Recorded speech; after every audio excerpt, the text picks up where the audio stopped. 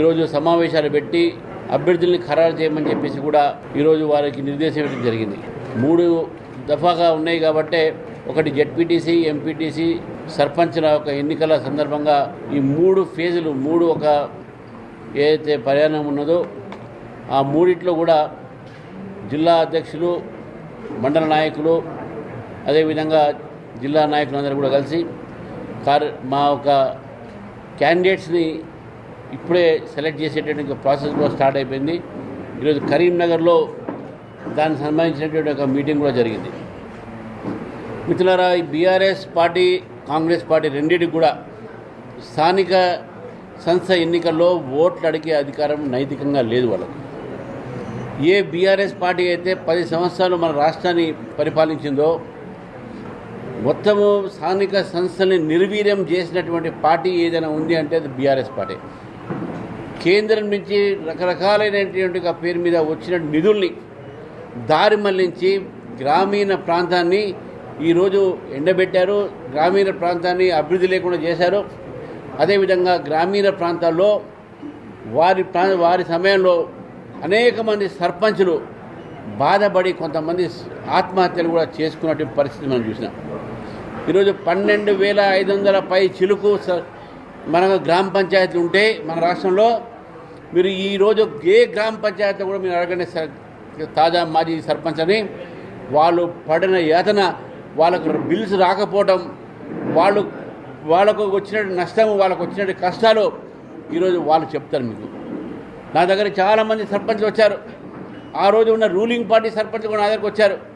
Sir, మా bills రావట్లేదు, మీకు వస్తాయని చెప్పి కట్టుకుంటున్నాం. మా గ్రామ పంచాయతీ కరెంటు బిల్లు కూడా కట్టలేని పరిస్థితి మాది. ఆ పైసలు కూడా, ఆ నిధులు కూడా ఈరోజు రాష్ట్ర ప్రభుత్వం దారి మళ్లించిన విషయాన్ని బీఆర్ఎస్ సమయంలో ఆ రోజు స్థానిక సంస్థలు వారి యొక్క సంస్థల పని చేయకుండా చేసిందంటే బీఆర్ఎస్ పార్టీ. మరి కాంగ్రెస్ పార్టీ అనేకమైనటువంటి వాగ్దానాలతో ఈరోజు వచ్చారు. ముఖ్యంగా రైతులకు సంబంధించిన దాంట్లో రైతులకు పడే కష్టాలు అయితే ఉన్నాయో వారు చూసి మేము 15,000 ఇస్తామని చెప్పారు రైతు బంధువులు. మరి రైతు బంధువులు ఎక్కడ ఇచ్చారని చెప్పి అడుగుతా ఉన్నాను. 6,000 రూపాయలు 2 సంవత్సరాలు ఇచ్చింది, 3 నెలలు అయిపోయింది, దాదాపు 22 పైసలకు. కానీ దానికి ఇప్పటివరకు రైతు బంధు 15,000లో కేవలం 6,000 మాత్రమే రావడం జరిగింది.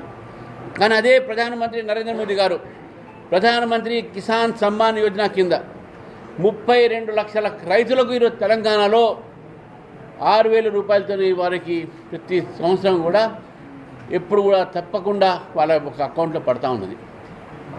ఈరోజు 5 కిలోల బియ్యం రూపాయికి ఏదో ఇస్తున్నారో దానికి సంబంధించినటువంటి యొక్క ధాన్యం కూడా ఈరోజు ప్రొక్యూర్మెంట్ మొత్తం కూడా FCA ద్వారా కేంద్ర ప్రభుత్వం ఇస్తున్న విషయాన్ని కూడా మనం గుర్తుపెట్టుకోవాలి. ఈరోజు గ్రామీణ ప్రాంతంలో జరుగుతున్న అభ్యర్థి అయితే మనకు డెవలప్మెంట్ కార్యక్రమాలు అయితే ఉన్నాయో, ఇంటింటికి నీరు కూడా అవుతుందో అది కేవలం రూరల్ వాటర్ మిషన్ ద్వారా కేంద్ర ప్రభుత్వం నుంచి వచ్చినటువంటి నిధులు ఒక విషయాన్ని గుర్తుపెట్టుకోవాలి మనం. కాబట్టి ఈరోజు ప్రతిదీ కూడా ఈరోజు గ్రామీణ ప్రాంతంలో జరుగుతున్న అభివృద్ధి కార్యక్రమాన్ని కూడా కేంద్ర ప్రభుత్వం నిధులతోనే జరుగుతుంది. రోడ్లు కావచ్చు, అక్కడ శ్మశాన వాటికలు కావచ్చు, నర్సరీలు కావచ్చు, లేకపోతే ఇంటింటికి నీరు కావచ్చు, ఇవన్నీ కూడా కేంద్ర ప్రభుత్వం ఒక నిధులతోనే జరుగుతున్నాయి. కాబట్టి తెలంగాణ గ్రామీణ ప్రాంతం ఈరోజు మళ్ళీ అభివృద్ధి మార్గంలో ఉండాలంటే భారతీయ జనతా పార్టీ మాత్రమే ప్రత్యామ్నాయం. ఈరోజు కాంగ్రెస్ పార్టీ మాట్లాడుతున్నటువంటి ఏ మాట కూడా నిజాలు లేవు. ప్రజలకు వాగ్దానాలు చేసినాయి. ఒకరు మొత్తం దోపిడీ చేశారు ఒక పార్టీ, ఇంకోరు ఈ యొక్క ప్రజల్ని మోసం చేస్తూ ఉన్నారు. కానీ భారతీయ జనతా పార్టీ కేవలం అభివృద్ధి మాత్రమే. మీరు ఈరోజు డెవలప్మెంట్ ఇది అజెండా, మేము డెవలప్మెంట్ మీద మాట్లాడుతూ ఉన్నాం. మీరు డబుల్ సర్కార్ ఇంజన్ మాట్లాడినాం, కొన్ని రాష్ట్రాల్లో అక్కడ మేము గెలిచినాం. కాబట్టి ఈరోజు తెలంగాణలో కూడా మా అంతిమ లక్ష్యం 2028లో తెలంగాణలో అధికారులు రావటం. దానికి ముందుగా స్థానిక ఎన్నికల్లో కూడా నేను ప్రజలను కోరుతా ఉన్నాను, భారతీయ జనతా పార్టీని ఆదరించండి. ఈరోజు భారతీయ జనతా పార్టీలో ఉన్నటువంటి కేంద్ర ప్రభుత్వం, నరేంద్ర మోదీ గారి ప్రభుత్వం గ్రామీణ ప్రాంతాలకు ఇక ఈరోజు మనకు 40,000 కోట్లతోని రైతులకు వారికి ఎరువులలో వారికి సబ్సిడీ ఇస్తూ ఉన్నారు. మొన్న పంపించినటువంటి యూరియా కూడా వీరి యొక్క పంపకాలు చేతగాక కృత్రిమైనటువంటి యొక్క కొరతని నిర్మాణం చేసినటువంటి ఒక ఏదైతే కాంగ్రెస్ ప్రభుత్వం ఉందో ఈ మాట నేను కాదు, స్వయానా ముఖ్యమంత్రి గారు చెప్పినటువంటి విషయాన్ని మనం గుర్తించాలి. స్వయానా ముఖ్యమంత్రి గారు వారు చెప్పినటువంటి మాట మనం గుర్తుపెట్టుకోవాలి. యూరియాకు షార్టేజ్ లేదు, మీరు అనవసరంగా ఆందోళన పడుతున్న వారే మాట చెప్పారు. మిస్ మేనేజ్మెంట్ జరిగిందన్నారు. ఈరోజు కూడా నేను చెప్తున్నాను, 1,00,000 మెట్రిక్ టన్ మొన్ననే రావడం జరిగింది రాష్ట్రానికి. మొత్తం నుంచి కూడా భారతీయ జనతా పార్టీ చెప్తా ఉంది, ఖరీఫ్ సీజన్ అయ్యే లోపల తెలంగాణకు రావాల్సిన యూరియా మొత్తం వస్తుంది, ఎక్కడ కూడా కొరత రాదు. కాబట్టి గ్రామీణ ప్రాంతంలో ఉన్న రైతులు వాళ్ళు ఆలోచించాలి. ఈరోజు మీకు న్యాయం చేసేది కేవలం మోదీ ప్రభుత్వం మాత్రమే ఈరోజు. కాబట్టి ఈరోజు ఉన్నటువంటి పరిస్థితిలో భారతీయ జనతా పార్టీ ఒక వార్డు మెంబర్ నుంచి జెడ్పీటీసీ దాకా మేము పోటీ చేస్తాం, ఎక్కువ శాతం గెలిచే ప్రయత్నం చేస్తాం.